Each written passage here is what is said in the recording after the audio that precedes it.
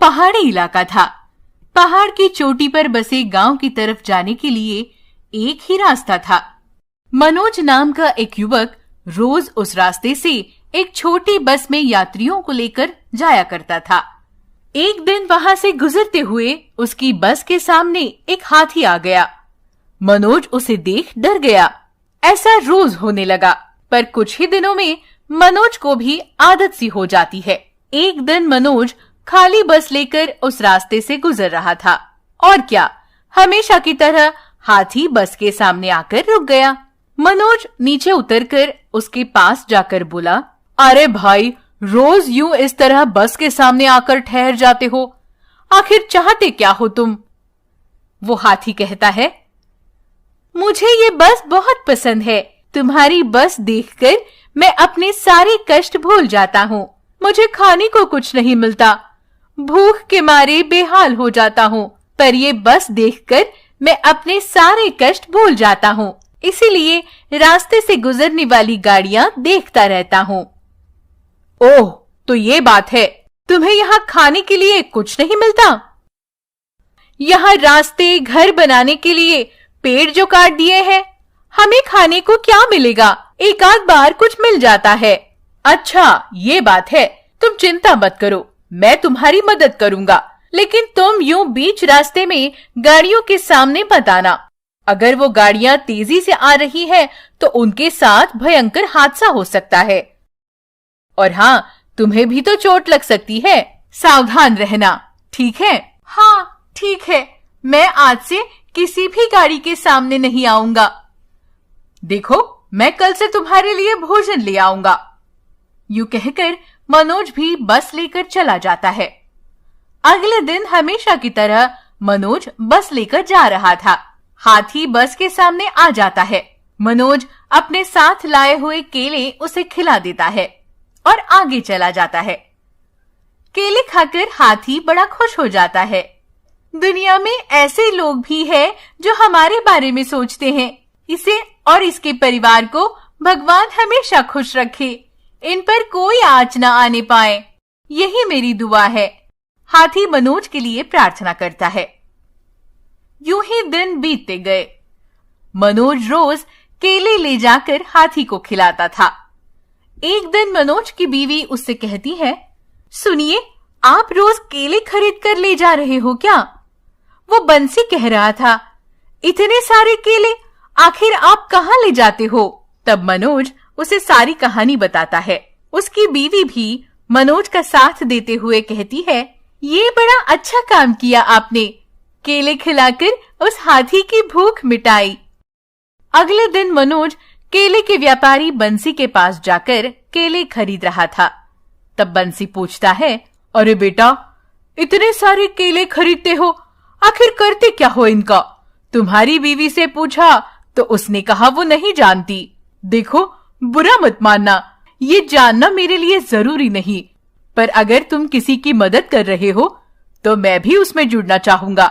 मनोज कहता है, आप सही सोच रहे हैं, और उसे हाथी के बारे में बताता है। बंसी यह सुनकर मनोज को सराहते हुए कहता है, बड़ा ही पुण्य का काम कर रहे हो। ये लो, मेरी तरफ से ये केले भी ले जाओ उस हाथी के लिए। बंसी कहता है, मैं आगे से केले के पैसे नहीं लूंगा तुमसे, मुफ्त में ले जाओ। तब मनोज कहता है, जी शुक्रिया, लेकिन आपके परिवार के लिए पर्याप्त पैसे ना होने पर मुश्किल हो सकती है। आप बुरा न माने तो एक बात कहूं, जब कभी आप मुफ्त में दे पाएंगे तभी दीजिएगा। बंसी कहता है, कोई बात नहीं, मैं थोड़े पैसों में गुजारा कर लूंगा। इस तरह बंसी मनोज को केले दे देता है। मनोज भी बस लेकर जाने लगता है। कुछ दूर जाते ही हाथी दिखाई देने पर मनोज उसे केले खिला देता है। उतने में बस में सवार एक यात्री नीचे आकर मनोज से कहता है, अजीब इंसान हो तुम, यहाँ हम गांव पहुंचकर अपने काम पूरे करने के लिए सोच रहे हैं, एक एक मिनट का हिसाब कर रहे हैं, और तुम हो कि समय का ख्याल नहीं कर रहे। चलो निकालो बस जल्दी, ये क्या फुर्सत में जानवरों को खाना खिला रहे हो? चलो चलो, जल्दी, देर हो रही है। तब मनोज उससे कहता है, आप इस तरह क्यों बात कर रहे हैं? जानवर है तो क्या हुआ, उन्हें भी भूख लगती है। मैं जानता हूं भूख की कीमत, इसीलिए इसे खाना खिला रहा हूं। आपको इतनी जल्दी है तो किसी और बस में यात्रा कीजिए। ये मेरी अपनी बस है, सरकारी बस नहीं, जहां मेरी मर्जी रोकूंगा। अरे इतने घमंड से क्यों बात कर रहे हो? इसे खाना खिला के तुम्हें क्या मिलेगा? बेवजह का खर्चा, और ऊपर से यात्रियों के साथ ऐसे पेश आ रहे हो। सुनिए, मैं किसी फायदे के लिए यह काम नहीं कर रहा हूं। भूख क्या होती है जानता हूं मैं, इसीलिए इसे खाना खिला रहा हूं। ठीक है, तुमसे बहस करना मेरे बस की बात नहीं। और वो आदमी वहां से चला जाता है। हाथी ये सब देख मनोज से कहता है, मेरे लिए तुम इतना कुछ कर रहे हो, मेरी वजह से तुम्हें कोई तकलीफ हुई हो तो मुझे माफ करो। तब मनोज उससे कहता है, देखो, यूं किसी की बातों का बुरा नहीं मानना चाहिए, ऐसे बहुत लोग होते हैं। हाँ, पर कुछ लोग दिल के बड़े अच्छे होते हैं। देखो, बंसी ने तुम्हारे लिए आज ज्यादा केले भेजे हैं। मनोज उसे बंसी के बारे में बताता है। ओह, बंसी को तो मैं नहीं जानता, लेकिन उसने मेरे लिए केले भेजे, मेरी तरफ से उन्हें धन्यवाद देना। मनोज भी ठीक है कहकर बस लेकर चला जाता है। कुछ दिन बीत जाते हैं। मनोज की तबीयत बिगड़ जाती है। वो सोचता है, हाय, हाथी भोजन के लिए इंतजार कर रहा होगा, पर मेरी तबीयत नासाज है, जाऊं भी तो कैसे? भगवान, मुझे जल्दी ठीक कर दो, वरना वो हाथी भूखा रह जाएगा। हाथी भी मनोज की राह देखते हुए, अरे क्या हुआ, आज मेरा दोस्त अब तक नहीं आया, सब ठीक तो होगा ना? हे भगवान, मेरे दोस्त की रक्षा करना, हाथी प्रार्थना करता है।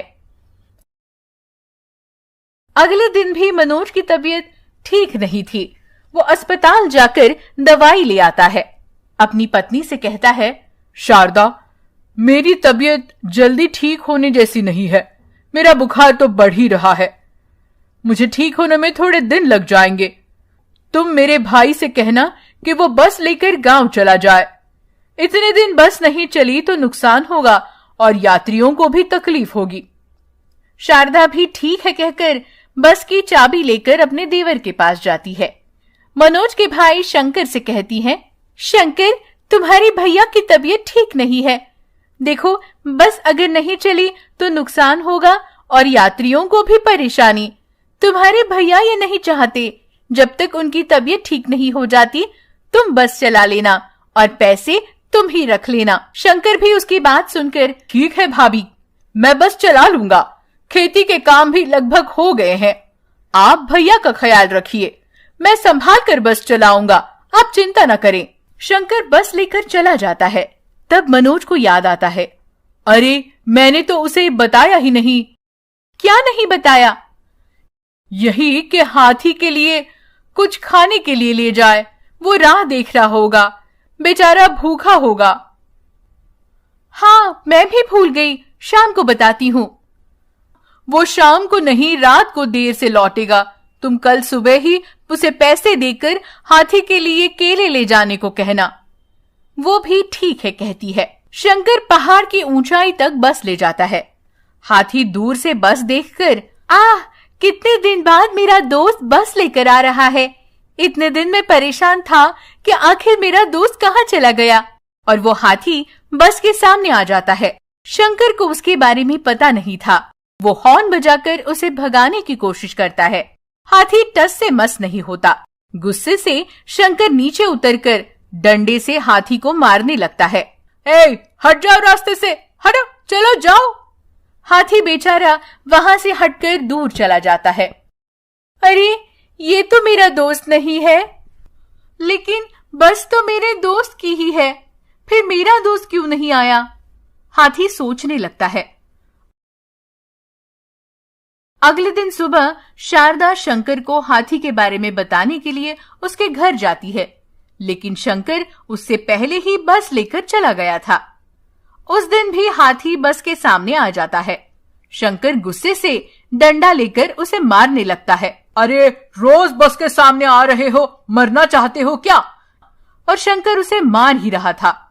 मुझे माफ करो, मुझे माफ करो, मत मारो। हाथी उससे कहकर वहां से दूर हट जाता है। शंकर बस आगे लेकर चला जाता है। अरे मेरा दोस्त कहाँ है? इसने मुझे कल भी मारा, आज तो ज्यादा ही मारा। कल से बस के सामने नहीं जाऊंगा। हाथी यूं मन ही मन सोच लेता है। इतने में बचाओ बचाओ यूं आवाजें सुनाई देती है। कोई है, बचाओ, बस खाई में गिर रही है, कोई मदद करो। हाथी आवाजें सुनकर उस तरफ जाता है। बस एक टीले पर टिकी थी, जरा भी हिलने पर खाई में गिर सकती थी। डर के मारे बस में सवार यात्री चीख रहे थे, रो रहे थे। हाथी ये सब देख, डरो मत, मैं सहायता करूंगा, और अपनी सूंड से हाथी बस को आगे की तरफ खींचता है। सबकी जान में जान आती है। शंकर हाथी के पास जाकर, बहुत शुक्रिया, तुमने हम सबकी जान बचाई। मैंने तुम्हें मारा, बेवजह मारा, कष्ट दिया, मुझे माफ करो। तुम ना होते तो बहुत बड़ी दुर्घटना हो जाती। शुक्रिया। हाँ ठीक है, मैं मेरे दोस्त की बस देखकर रोज आपकी बस के सामने आ रहा था। तब शंकर को बात समझ आ जाती है। ओह, तो तुम्हारा दोस्त और कोई नहीं बल्कि मेरा भाई मनोज है। उसकी तबीयत सही नहीं है। शंकर हाथी को सारी बातें बताता है। हाथी भी ये सुनकर दुखी हो जाता है। एक बार मुझे मेरे दोस्त के पास ले चलो, शंकर से कहता है। शंकर भी ठीक है कहकर उसे मनोज के पास ले जाता है। हाथी को देख मनोज खुश हो जाता है। हाथी उसे देख रोते हुए उसका हालचाल पूछता है। मनोज भी, तुम चिंता मत करो, मैं अब ठीक हूं, उससे कहता है। शंकर अपने भाई को आप बीती बताता है। वो पूरी कहानी सुनकर मनोज और उसकी पत्नी हाथी को धन्यवाद देते हैं। तुम ना होते तो बड़ी दुर्घटना हो जाती। भगवान ने तुम्हें भेजा हमारी सहायता के लिए। वो उसे धन्यवाद देते नहीं थकते। तब से हाथी भी उनके साथ उनके घर ही रहने लगता है। वो भी बड़े प्यार से उसकी देखभाल करते हैं। वृंदा की शादी सुमेर से 8 साल पहले हुई थी। वृंदा का पति सुमेर एक ट्रक ड्राइवर था और एक शहर से दूसरे शहर सामान ले जाता था। वृंदा की सास कलावती बहुत ही खड़ूस स्वभाव की थी। हर वक्त बस अपनी बेटी माला के साथ फोन पर बतियाती रहती थी।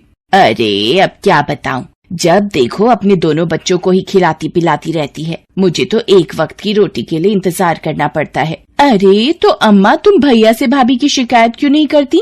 अब उसे क्या बोलूं, वो घर में रहे तब ना हर समय ट्रक पर माल छोड़ने लाने का काम करता है। उसका घर आने का कोई समय नहीं। तभी वृंदा रोटी लेकर आ जाती है। अम्मा, ये आपका खाना। आपने अरबी की सब्जी बोली थी बनाने को, वही बनाई है। अच्छा माला बिटिया, मैं फोन रखती हूँ, ला दे रोटी। ये क्या बनाया है? इसमें तो मिर्च मसाले मानो डाले ही नहीं।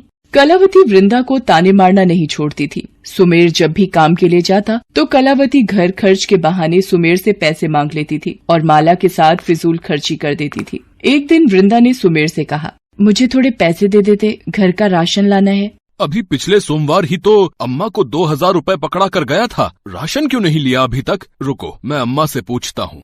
अम्मा, अरे इधर आना जरा।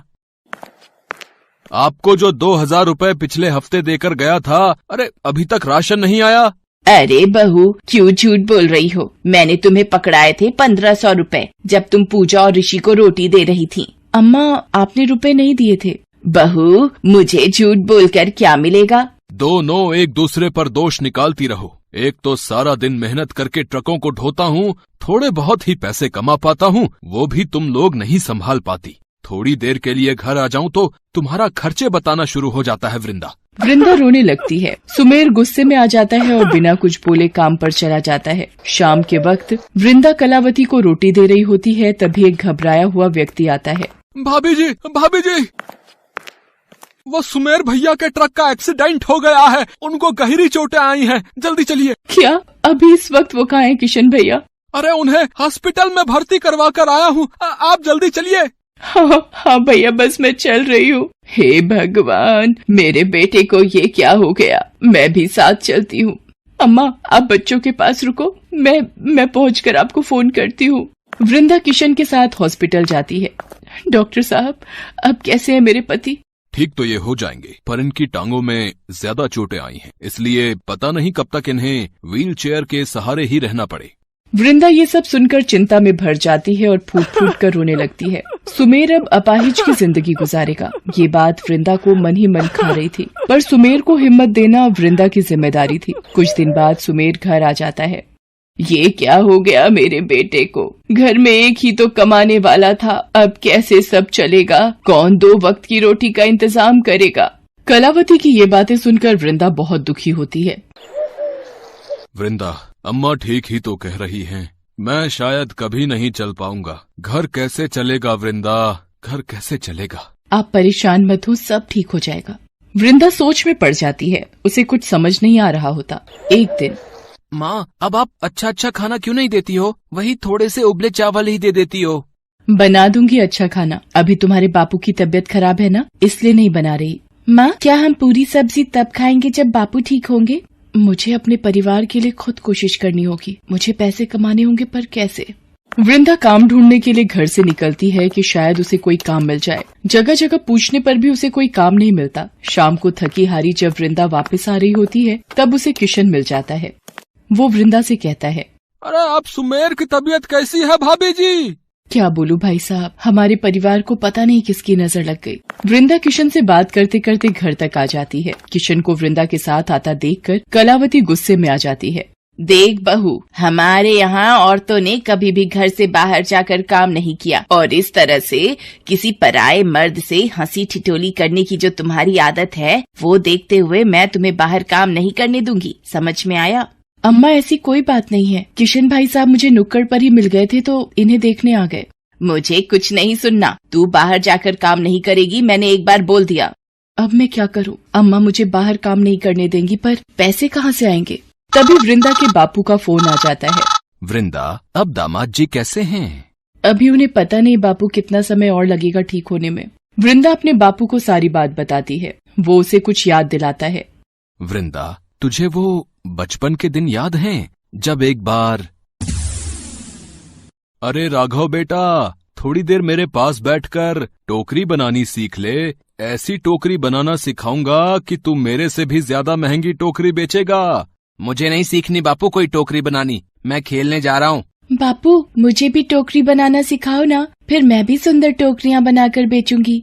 मेरी वृंदा टोकरी बनाना सीखेगी। आ बेटिया, मैं तुझे सबसे बढ़िया टोकरी बनानी सिखाऊंगा, ठीक है? देखते ही देखते वृंदा बहुत सुंदर टोकरियां बनाना सीख जाती है। याद वापस आ जाती है। वृंदा का बापू कहता है, वृंदा मेरी बेटिया, याद आया कुछ? मैं समझ गई बापू, मुझे क्या करना है। वृंदा को अपने बापू द्वारा बचपन में सिखाया गया हुनर याद आ जाता है। वो सास से अगर टोकरी बनाने का सामान लाने के लिए कहती तो वो साफ मना कर देती। वृंदा के पास चांदी की पायल थी, जिन्हें बेचकर वो लकड़ी के कुछ बांस खरीद कर लाती है और टोकरी बनाना शुरू कर देती है। वृंदा, ये तुम क्या बना रही हो? तुम्हें पता है अम्मा फिर तुम्हें बोलेंगी। मैं कुछ टोकरियां बनाने की कोशिश कर रही हूँ, शायद बिक जाए और कुछ पैसे आ जाए। ये बेकार के काम तू करने छोड़ दे, ऐसे टोकरियां बिकने लगी तो हो गए हम अमीर। वृंदा फिर भी टोकरियां बनाना नहीं छोड़ती। वो 6 टोकरियां बना लेती है। तभी उसके पड़ोस में रहने वाले मदन चाचा आ जाते हैं। अरे वृंदा बहू, ये क्या टोकरियां बना रही हो? जी चाचा, सोचा इन्हें बेचकर कुछ पैसे आ जाएंगे। देखने में तो बड़ी मजबूत और टिकाऊ लग रही हैं। 2 टोकरी मैं ले लेता हूँ। तुम्हें पता है अब मेरी फलों की दुकान है, पहले मैं 2 इस्तेमाल करके देखता हूँ, ठीक है ना? कितने रुपए हुए? चाचा, आपसे पैसे कैसे ले लूं? अरे बहू, ये तुम्हारा काम है और मेहनत के पैसे लेना तुम्हारा हक है। ये 200 रुपए इन 2 टोकरियों के मेरी तरफ से। शुक्रिया चाचा। वृंदा उस दिन खुश थी कि उसे और टोकरियां बनाने के पैसे मिल गए। वृंदा और बांस खरीद कर लाती है और उससे और टोकरियां बनाती है। माँ, ये तो बहुत सुंदर टोकरी है, मुझे भी बनानी सीखनी है। माँ, मुझे पहले सिखाना, मैं बड़ा हूँ। हाँ हाँ, तुम दोनों सीख लेना। ये लो, और बांस खरीद लाई है, पता नहीं क्या करेगी। तभी वृंदा को मदन चाचा का फोन आ जाता है। वृंदा, अरे तुम्हारी बनाई टोकरियां बहुत ही पसंद आई हैं। तुम 50 टोकरियों का ऑर्डर पूरा कर दो, ठीक है? मदन चाचा, वो मेरे पास इतने... वृंदा, मुझे पता है इतनी टोकरियां बनाने के लिए जो भी लगे, इसलिए दुकान के लड़के के हाथ 5,000 रुपए एडवांस भिजवा रहा हूँ, ठीक है? मदन चाचा की 50 टोकरियां बनाने के बाद अब वृंदा के पास काफी लोग टोकरियों का ऑर्डर लेकर आते थे। धीरे धीरे वृंदा की टोकरियों का काम अच्छा चल गया। अब तो उसकी सास भी इस काम में उसका हाथ बटाने लगी। सुमेर भी अपनी पत्नी की मेहनत और हुनर देखकर खुश था। एक दिन जब वृंदा की ननद माला मिलने आई, अम्मा, ये भाभी ने क्या नया ड्रामा शुरू कर दिया है? आपने हाँ कैसे कर दी इस काम के लिए? देख माला, वृंदा ने बहुत मेहनत करके ये काम आगे बढ़ाया है। ये इसकी काबिलियत है जो आज घर परिवार का खर्च चल रहा है, वरना हम सब भूखे मरते। और सुमेर भी अब ठीक हो रहा है, वो आज वृंदा की वजह से ही है। तुम भी अपनी भाभी के काम की तारीफ करो। माँ, शायद तुम ठीक कह रही हो, वृंदा भाभी बहुत अच्छी है, शायद हम ही उन्हें नहीं समझ पाए।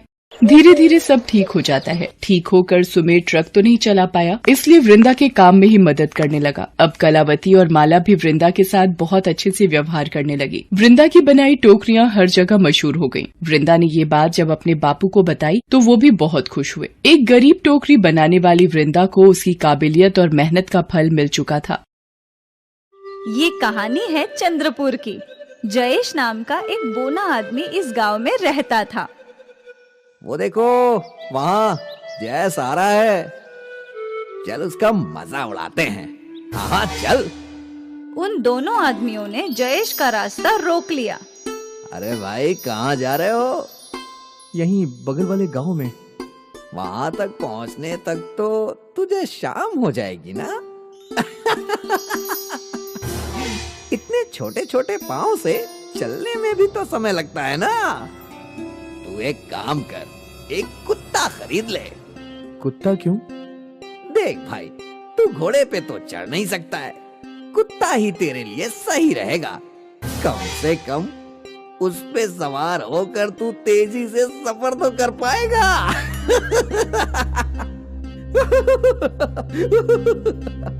इन लोगों की बातें सुनकर जयेश को बहुत बुरा लगा। वो उदास होकर चलने लगा। वो दोनों गांव वाले भी उस पर हंसे जा रहे थे। अक्सर गांव के लंबे लोग उसके बोने होने का मजाक उड़ाया करते थे। जयेश जब भी अपने लिए रिश्ता देखने जाता तो लोग उसका अपमान करते थे। हम क्या पागल हैं जो इस नाटे को अपनी बेटी दे दें? निकलो, निकलो यहाँ से। जयेश की उम्र बढ़ती जा रही थी, पर उसे कोई लड़की ही नहीं देना चाहता था। फिर एक दिन जयेश पंडित जी के साथ शादी का रिश्ता देखने शारदा के घर आया। शारदा की माँ ने उन दोनों का स्वागत किया। वर के पास सब कुछ है, जमीन है, घर है और काम भी। बस समस्या ये है कि वर की ऊंचाई थोड़ी कम है। कोई बात नहीं, हमारी बेटी भी छोटी है। शारदा! अंदर से एक बोनी लड़की अपने हाथ में चाय का कप लेकर आई। जयेश ने शारदा को देखा और उसके चेहरे पे मुस्कान आई। ये दोनों तो एक दूसरे के लिए उत्तम है। जयेश बेटा, क्या तुम्हें ये रिश्ता मंजूर है? हाँ। वाह, ये तो बहुत खुशी की बात है। शारदा की माँ ने सबको मिठाई खिलाई और जयेश और शारदा का रिश्ता तय हो गया। कुछ दिनों बाद जयेश और शारदा की शादी हो गई। जयेश बहुत खुश था कि आखिर उसकी शादी हो ही गई। जयेश अपनी पत्नी को अपने घर ले आया। शारदा को जयेश का घर बहुत अच्छा लगा।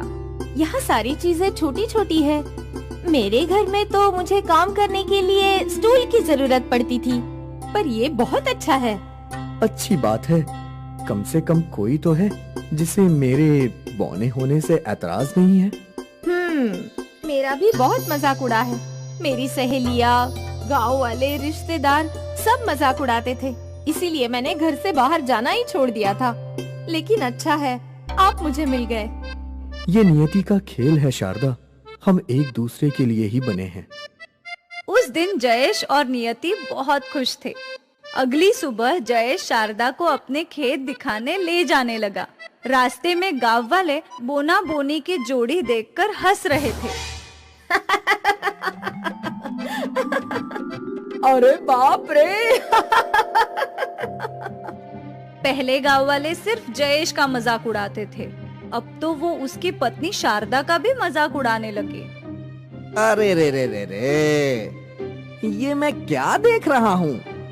कम से कम शादी तो थोड़ी लंबी लड़की से करते।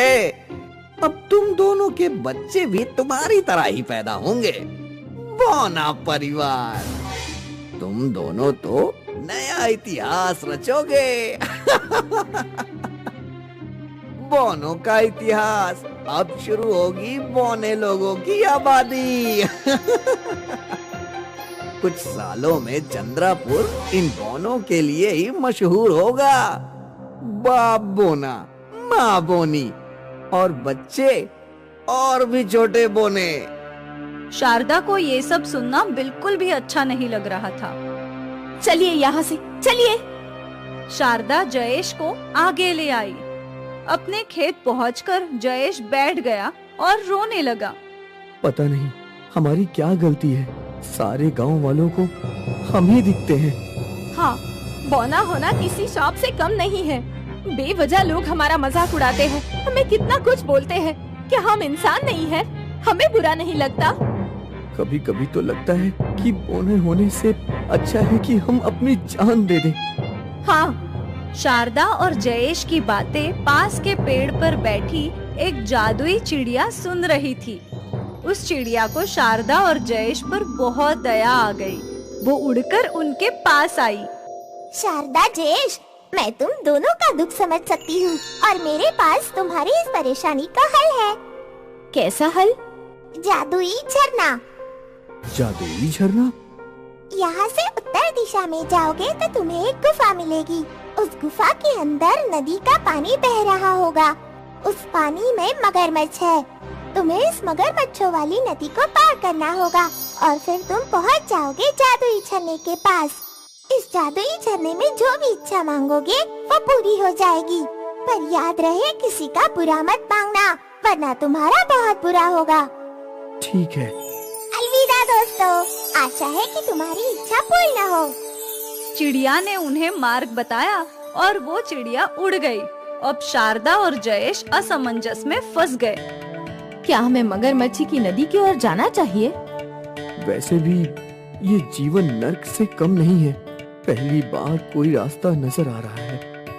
हाँ, और अगर हम दोनों लंबे हो गए तो हमारी जिंदगी ही बदल जाएगी। बिल्कुल। दोनों ने ठान लिया कि वो जादुई झरने तक जरूर जाएंगे। दोनों उत्तर की दिशा में चल पड़े। गांव खत्म हुआ और जंगल शुरू हुआ।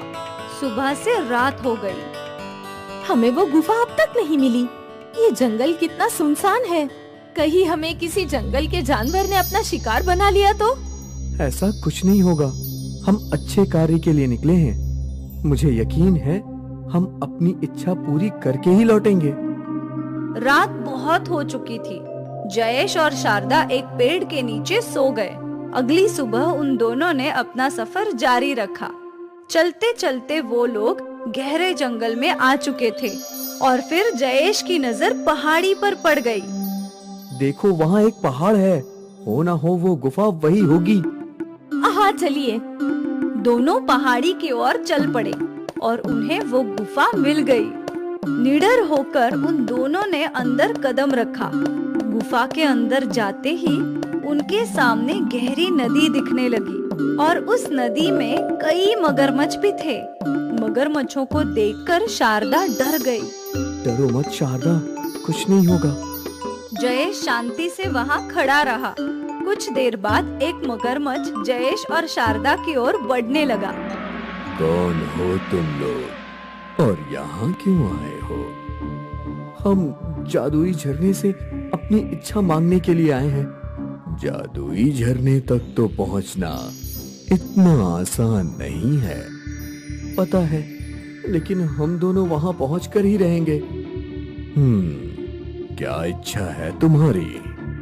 मुझे और मेरी पत्नी दोनों को लंबा होना है। जीवन में अब तक सबने हमारा मजाक बनाया। कोई भी हमें खुशी से जीने नहीं देता। अब या तो हम लंबे बनेंगे या अपने प्राण त्याग देंगे। कुछ देर बाद एक मगरमच्छ जयेश और शारदा की ओर बढ़ने लगा। मगरमच्छ जयेश की बातों को गौर से सुनने लगा। वो समझ गया कि जयेश को दुनिया ने बहुत सताया है। वो जयेश के पास आया। मेरी पीठ पर सवार हो जाओ, मैं तुम दोनों को जादुई झरने तक ले जाऊंगा। शुक्रिया तुम्हारा, बहुत बहुत शुक्रिया। जयेश और शारदा मगरमच्छ की पीठ पर चढ़ गए और फिर मगरमच्छ दोनों को गुफा के अंदर जादुई झरने तक ले गया। जादुई झरने की रोशनी से पूरी गुफा रोशन थी। अपनी इच्छा मांगो और इस पानी में हाथ डालो। हे जादुई झरने, मुझे और मेरी पत्नी को लंबा बना दे, ताकि कभी कोई हमारा मजाक ना बना सके। जयेश के ऐसा बोलते ही उसके और शारदा के हाथ पांव सब लंबे होने लगे और पल भर में वो दोनों सुंदर लंबे बन गए। हे भगवान, धन्यवाद। धन्यवाद जादुई झरने, धन्यवाद मगरमच्छ भाई, तुमने हमारी बहुत सहायता की है। मगरमच्छ उन दोनों को वापस गुफा के द्वार तक ले आया। याद रहे, इस गुफा के बारे में या जादुई झरने के बारे में किसी को मत बताना। हाँ बिल्कुल। मगरमच्छ का शुक्रिया अदा करके वो दोनों वहाँ से निकल गए। अब जब दोनों गांव पहुँचे तो गांव वालों की आंखें फटी की फटी रह गई। ये कैसे हो सकता है? बौना जयेश लंबा कैसे बन सकता है? क्या हुआ भाई, आज मेरा रास्ता नहीं रोकोगे क्या? आओ आओ। जयेश उन दोनों से भी ज्यादा लंबा हो चुका था। गांव वाले हैरान थे और जयेश और शारदा खुश थे। फिर किसी ने जयेश और शारदा का मजाक नहीं उड़ाया और उनका जीवन खुशहाल हो गया। जादुई झरने ने बोने दाम्पत्य को लंबा बनाकर उनकी सारी परेशानियां दूर कर दी। Tuition teacher. बच्चों, आपके प्यारे प्यारे गट्टू चिंकी आप ही की तरह धीरे धीरे बड़े हो रहे थे। स्कूल में आप जैसे मस्ती करते हो वैसे ही मस्ती कर रहे थे और आप ही की तरह मन लगाकर पढ़ भी रहे थे। ऐसा करते करते गट्टू चिंकी इस क्लास से उस क्लास से फिर अगली वाली क्लास, इस प्रकार एक एक क्लास आगे बढ़ते रहे और क्लास के साथ साथ उनकी किताबें भी बढ़ती चली गई। फिर तो बेचारे गट्टू चिंकी पर पढ़ाई का प्रेशर तो बनना ही था। अब इतनी सारी किताबें और एक ही क्लास टीचर, मतलब बच्चों के साथ साथ प्रेशर तो क्लास टीचर पर भी था। क्लास टीचर उन्हें पूरी ईमानदारी से पढ़ाने की कोशिश करते थे, फिर भी कोई ना कोई चैप्टर ऐसा आ जाता जो क्लास टीचर के पढ़ाने पर भी गट्टू चिंकी के पल्ले नहीं पड़ता था। मतलब स्कूल से घर आते ही पापा पर प्रेशर। पापा, ये चैप्टर जरा समझाओ ना, 5 बार पढ़ा फिर भी समझ ही नहीं पा रहा हूँ। दिखाओ तो। अरे ये तो सिंपल है, स्कूल में पढ़ाया नहीं क्या? पढ़ाया था, लेकिन आप पढ़ाओ ना फिर से। पापा, पहले मुझे इस वर्ड का मीनिंग समझाओ। दिखाओ तो। अरे टीचर ने बताया नहीं क्या? बताया था, लेकिन इसका बताना भूल गए। पापा पहले मुझे समझाओ।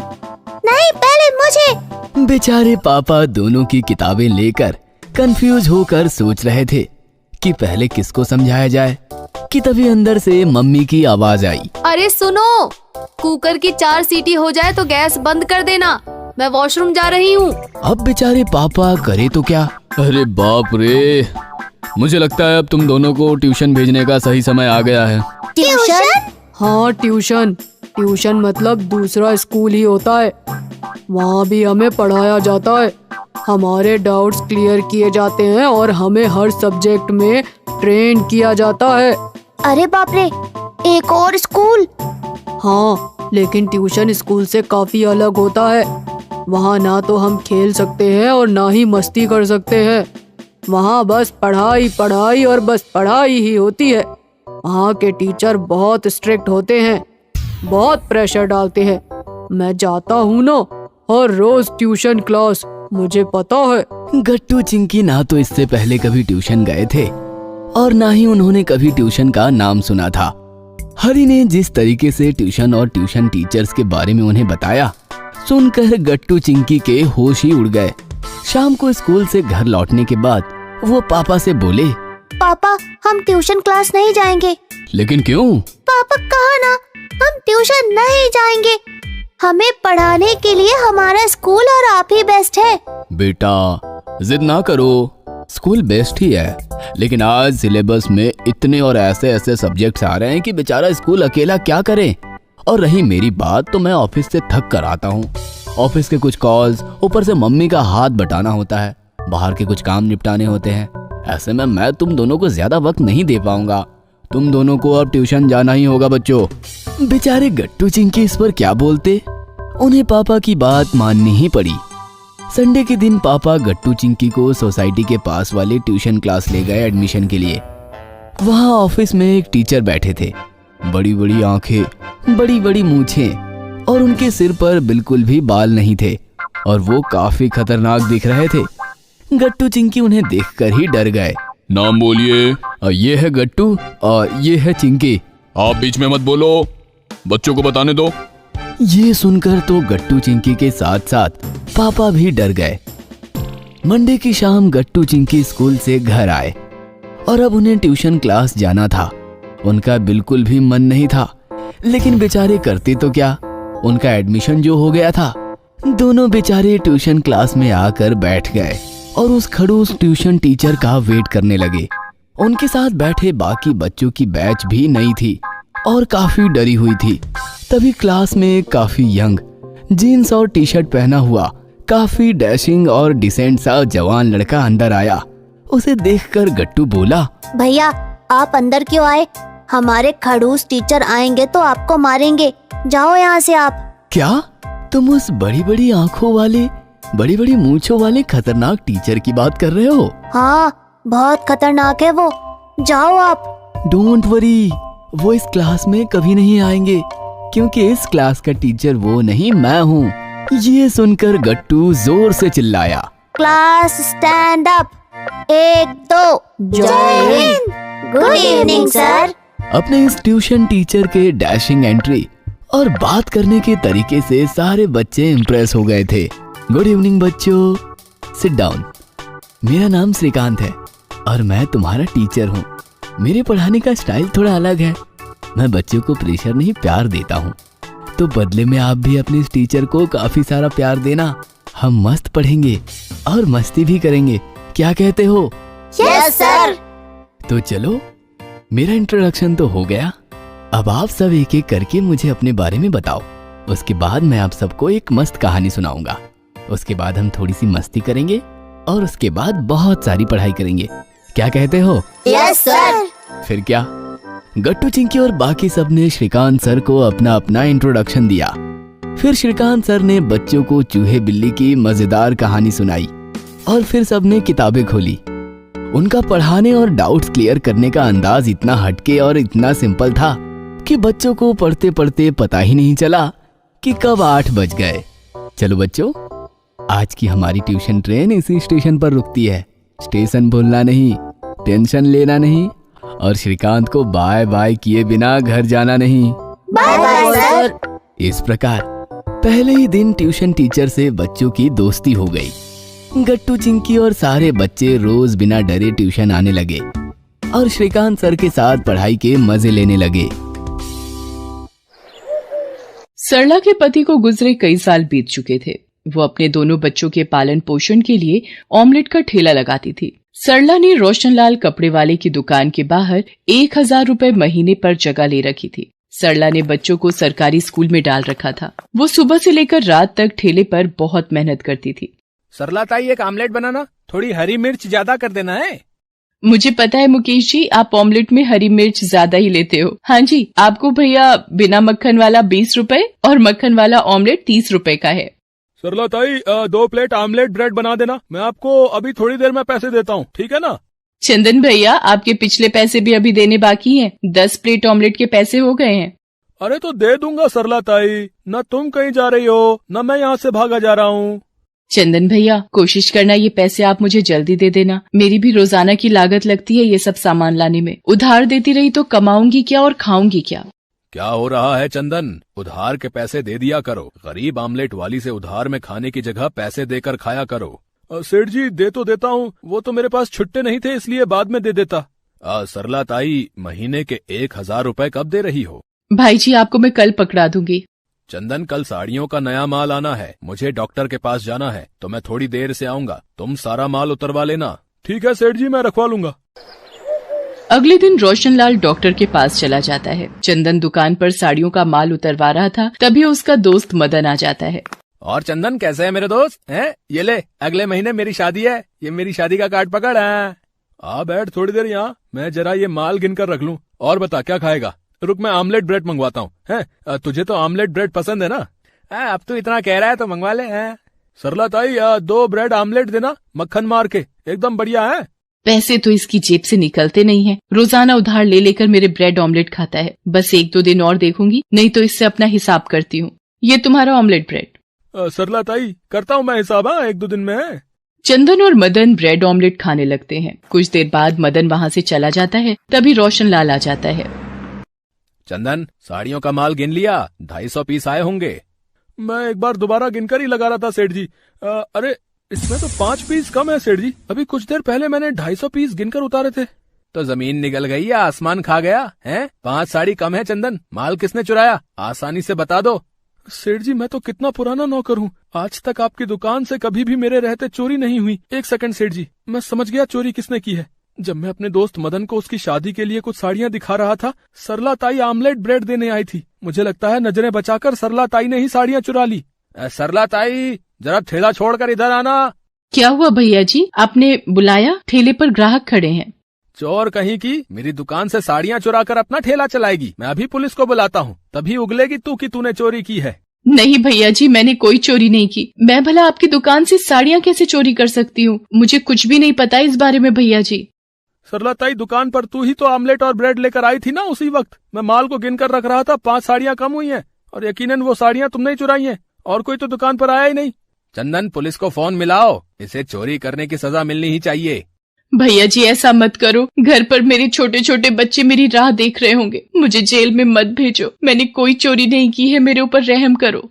ठीक है, मैं तुझे पुलिस के हवाले नहीं करूंगा, पर मुझे आज के बाद तेरा ठेला अपनी दुकान के बाहर नजर ना आए, नहीं तो पुलिस को बुलाने में मुझे देर नहीं लगेगी। चाप 2000 रुपए मुझे पकड़ा और निकल यहाँ से, और बाकी की साड़ियों के 8000 रुपए मुझे तू लौटा देगी अगले हफ्ते ही।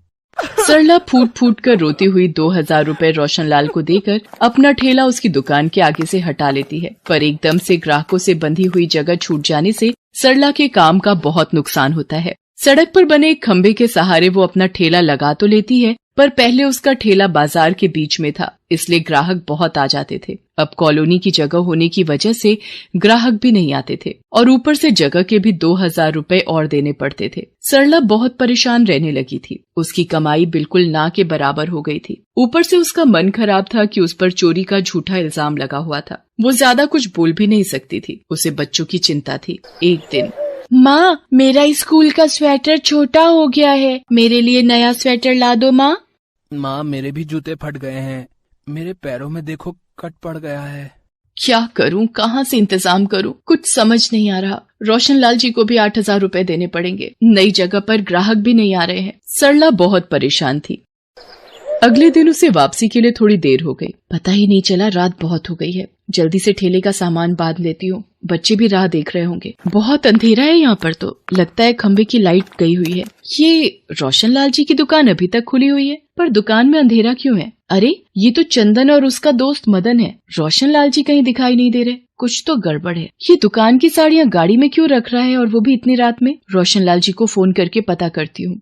सरला रोशनलाल को अपने मोबाइल से फोन मिलाती है और सारी बात बताती है, जिसे सुनकर रोशनलाल हैरान हो जाता है और वो सरला के कहने पर दुकान पहुंचता है। अरे सेठ जी, आप इस वक्त वो मैं दुकान में माल को चेक करने। इस वक्त तुम कौन सा माल चेक करने आए हो? और ये मदन क्या कर रहा है तुम्हारे साथ? मैंने तुम्हें चाबी इसलिए पकड़ाई थी कि मुझे सुबह किसी जरूरी काम से बैंक जाना था, ताकि तुम दुकान जल्दी खोल सको। विश्वासघाती, तुम चोरी कर रहे थे मेरी दुकान से, हैं? वो तो अच्छा है सरला ताई ने यहाँ से गुजरते हुए तुम्हें देख लिया और मुझे फोन पर सारी बात बताई। आज सरला ताई ना होती तो न जाने तुम तो रोजाना मुझसे आंखें चुराकर सारा माल ही गायब कर देते।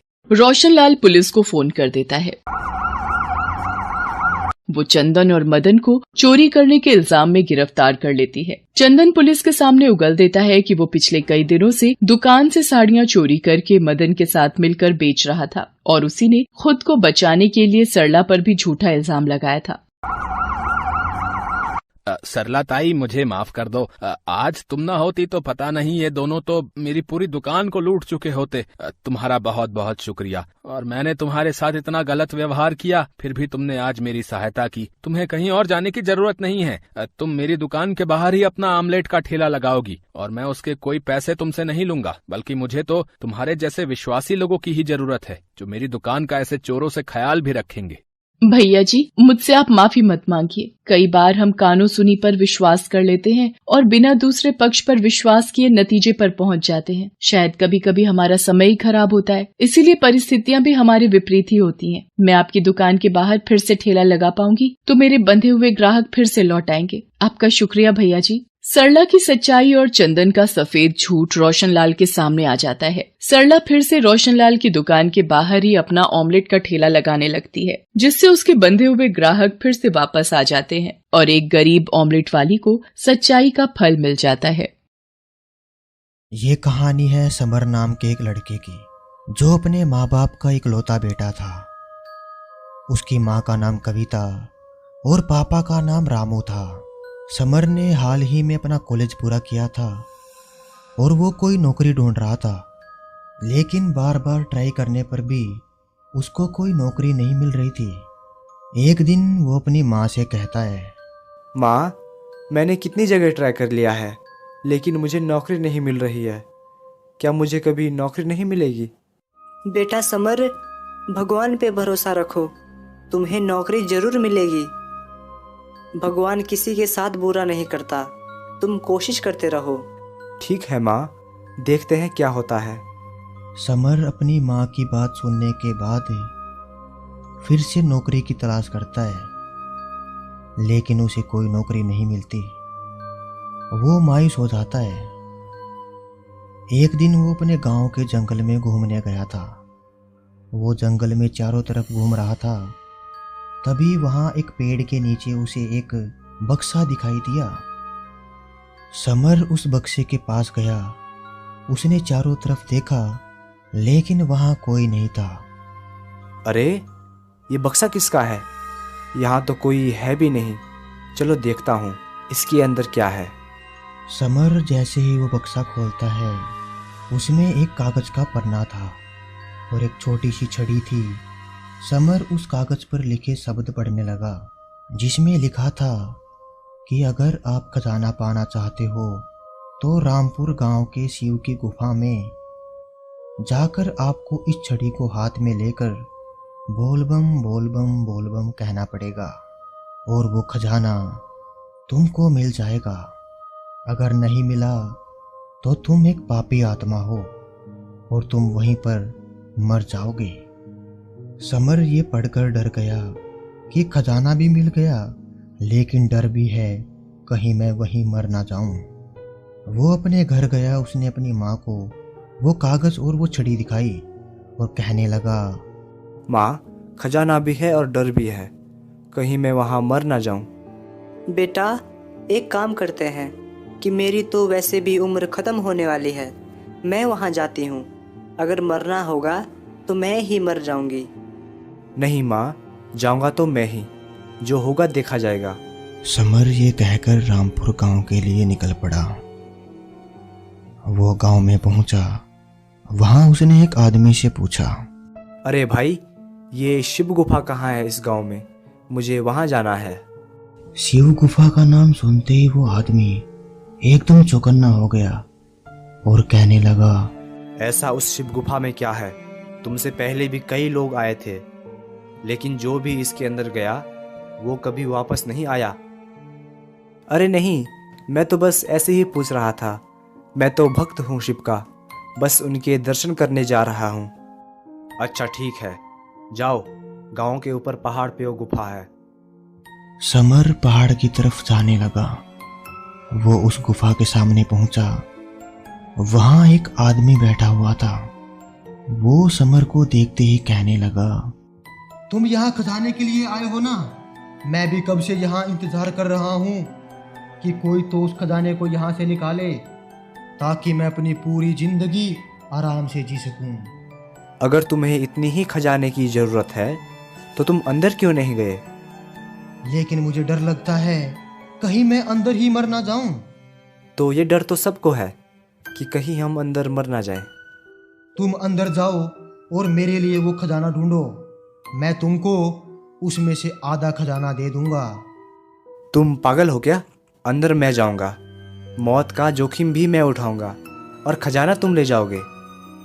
देखो लड़के, खजाना तो मैं लूंगा ही लूंगा, तुम नहीं तो कोई और सही। यहाँ से खजाना मैं किसी को ले जाने नहीं दूंगा। ठीक है, एक काम करते हैं, हम दोनों अंदर चलते हैं। जो होगा हम दोनों के साथ ही होगा। वो दोनों अपने अपने मन में सोच रहे थे कि खजाना मिलते ही वो एक दूसरे को जान से मार देंगे और फिर सारा खजाना उसका हो जाएगा। वो दोनों अंदर जाते हैं। वो आदमी कहता है, अरे भाई तुम बोलो, अब खजाना मिलेगा, खजाना। ठीक है, रुको, तुम पीछे हो जाओ। समर ने वो छड़ी हाथ में ली और बोलबम कहने लगा। एकदम वहां पर तेज रोशनी हुई जिससे उनकी आंखें बंद हो गई, और जब उनकी आंखें खुली तो वहां पर खजाना, सोने के सिक्के पड़े हुए थे। अरे वाह, खजाना मिल गया, अब मैं अमीर आदमी बन जाऊंगा। अमीर आदमी। इतने में समर अपनी जेब से चाकू निकालता है और उस आदमी का गला काट देता है और उस खजाने को बैग में भरकर गुफा से बाहर आता है। गुफा के बाहर वही आदमी खड़ा हुआ था जिसने समर को गुफा का रास्ता बताया था। समर उसको वहां देखकर हैरान हो जाता है और कहता है, अरे आप यहाँ क्या कर रहे हो? मुझे पता था यहाँ खजाना है। मैंने तुम दोनों की बात सुन ली थी। अब इसमें से आधा खजाना मुझे दे दो। नहीं, ये मेरा खजाना है, इसके लिए मैंने अपनी जान जोखिम पे डाली है, मैं नहीं दूंगा। वो आदमी तभी एक तलवार निकालता है और समर को मार देता है और सारा खजाना लेकर वहां से भाग जाता है। मोरल, दोस्तों, लालच हमेशा बुरी बला होती है। अगर समर उसको अपना आधा खजाना दे देता तो वो उस आधे खजाने में अपनी पूरी जिंदगी आराम से जी लेता, लेकिन उसने लालच किया और वो मारा गया। इसलिए हमें कभी लालच नहीं करना चाहिए। जादुई बीज। पारस नाम का एक लड़का अपनी माँ शीतल के साथ रहता था। शीतल को बचपन से ही पेड़ पौधे लगाने का बहुत ही शौक था। शादी के बाद भी उसने अपना ये शौक नहीं छोड़ा। वो रोजाना अपने गार्डन में कुछ न कुछ नया करती ही रहती थी। चारों तरफ से उसका गार्डन सिर्फ पेड़ पौधों और नए नए तरह के फूलों से सजा हुआ था। हर आने जाने वाला व्यक्ति उसके गार्डन की तरफ आकर्षित हो जाता था। सभी का ये सोचना था कि आखिर इतनी दृढ़ता के साथ कौन इतना सुंदर काम कर सकता है। वहीं दूसरी तरफ पारस को अपनी मम्मी की मदद करना बहुत ही पसंद था।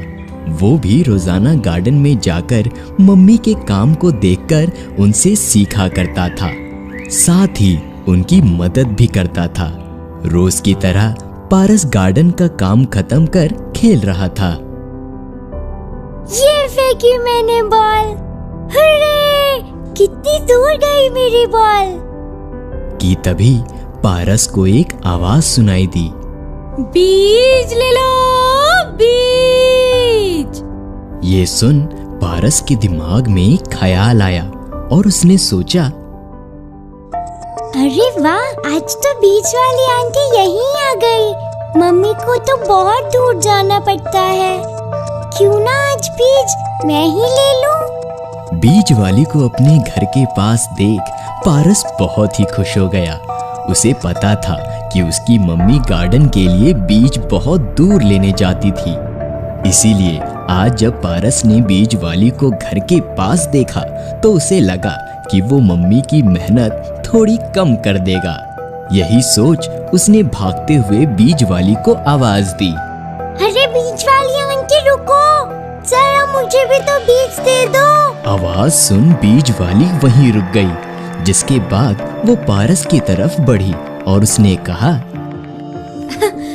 बेटा तुम्हारी मम्मी कहाँ है? मम्मी तो घर पर है। अच्छा, तो उन्हें बुलाकर लाओ, मैं उन्हें बीज दे दूंगी।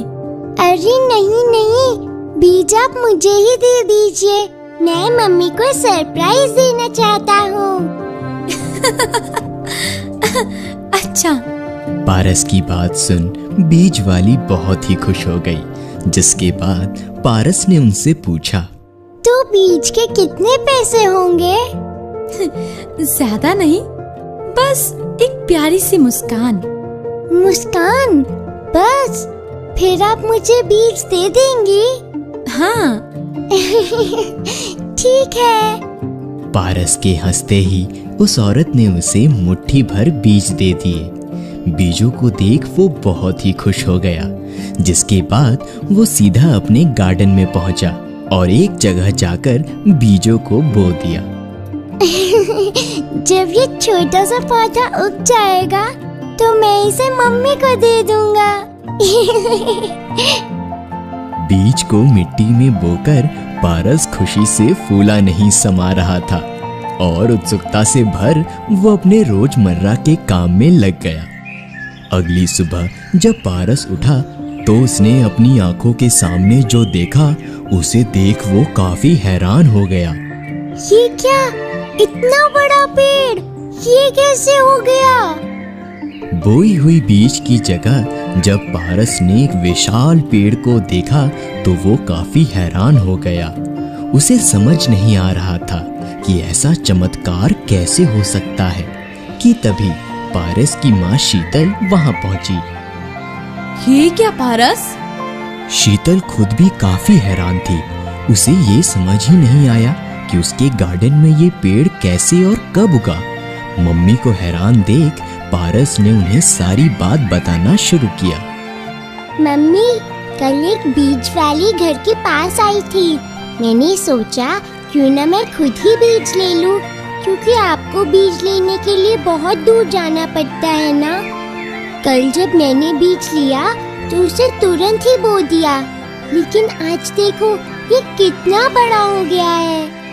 पारस की सारी बात सुन शीतल को अब ये समझ आ चुका था कि ये कोई जादुई करिश्मा है, जिसके बाद उसने पारस से कहा, इससे कुछ सीखा पारस? इससे क्या सीखने को मिलता है माँ? ये तो जादू हुआ है, बस यही पता चल रहा है। हाँ, जिंदगी में जादू हमेशा अचानक और अनिश्चित समय पर होता है, इसीलिए उन्हें ढूंढा नहीं जाता, बस उन्हें पाने के लिए हर लम्हे को जिया जाता है। अगर ऐसा करोगे तो जादू जरूर होगा। मैं ध्यान रखूंगा माँ। माँ की बात सुन पारस को उस दिन एक बहुत ही जरूरी सीख मिली। उसने ये सीखा कि जिंदगी में परेशानियां तो आती जाती रहेंगी, लेकिन उसके साथ साथ हमें वो लम्हे नहीं छोड़ने हैं जो हमें मैजिकल फील कराते हैं, जो हमें ये बताते हो कि जिंदगी चमत्कारों से भरी है। तो परेशान होने के बजाय हमें इसे खुल के जीना चाहिए। अरे सुनो सुनो, कहाँ जा रहे हो? जरा पास तो आओ, मुझे आपसे कुछ बात करनी है। मैं उम्मीद करता हूँ कि आपको हमारी आज की ये कहानी बहुत ही पसंद आई होगी। अगर ऐसा है तो हमें इसकी जानकारी कमेंट बॉक्स में देना ना भूलें। साथ ही हमें ये बताना भी ना भूलें कि मेरी तरह आपको भी इस कहानी से और क्या सीखने को मिला।